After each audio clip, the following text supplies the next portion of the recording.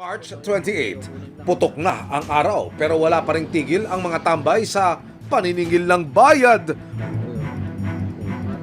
March 31, inilapit ng resibo sa PNP Highway Patrol Group ang hinaing ng concerned citizen.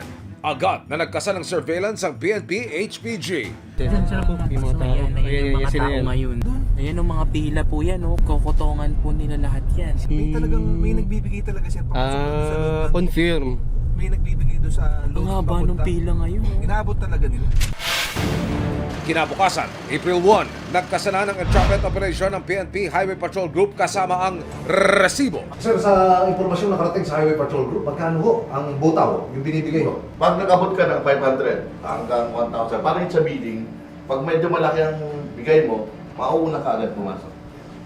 So, pag wala kang may bibigay, may stock po kayo dito.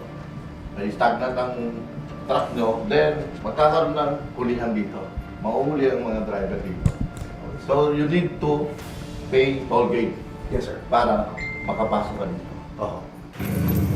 Ang reklamong ito, mga kapuso, hinggil sa umunoy malawakang potongan dyan sa area ng Caloocan na yan, ay una hong ipinarating sa programang Resibo sa pamamagitan po ng Facebook page.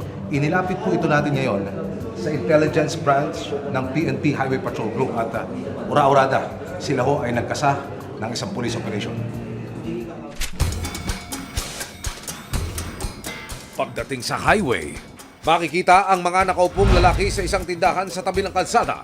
Matumal ang pagpasok ng mga truck kaya minabuti ng mga otoridad na ipagpatuloy sa susunod na araw ang operasyon. April 2, muling tumulak ang mga otoridad kasama ang resibo sa kanto ng C3 Road. Muling nag-abang ang mga operatiba ng abutan na magsisilbing hudyat ng paghuli. Makikita ang isang lalaki na nakaitim na tila may niraradyuhan sa dulo ng kanto. Nag-radyo. Natural na may video siya nag-radyo. Sino? Maya-maya pa, bumaba na ng sasakyan ng operatiba para kumprontahin ang mga tambay. May hiniing ka ba?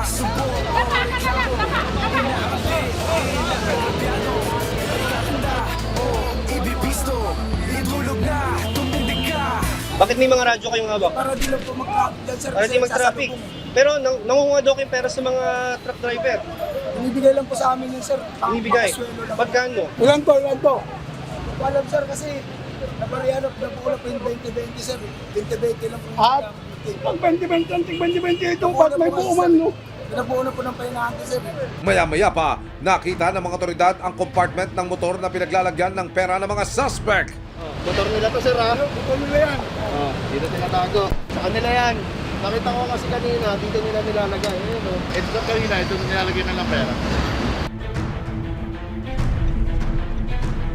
Yan, tinimbrahan na niya.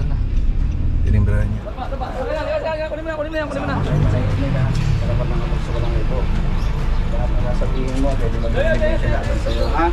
Nakapanayam ng resibo ang mga suspect. Sisi kami, siyempre, kapit pati mo kami, di wala kami mga trabaho, bawal panganak na asawa namin. May sakit pa po. Wala naman po pagkukuhanan ng bagon, kaya nagpapakasakali na po kami. Pero ang mga lalaki, itinatanggi ang akusasyon na hindi nila pinaparaan ang mga truck na hindi nagbabayad. How true po ba, sir? Hindi naman po pwede yun, sir. Bakit? Magkano lang po ibigay nila, tinatanggap namin yun. Binibigay sa amin yun, sir, pinakamalit, 20, gano'n. Tapos, sandaan niya. Pinakamalaking sandaan. Sabi ko lang, sir, dapat sana dinala ako nagkusang loob na nag-traffic doon. Tumulong na lang sa sabak mo.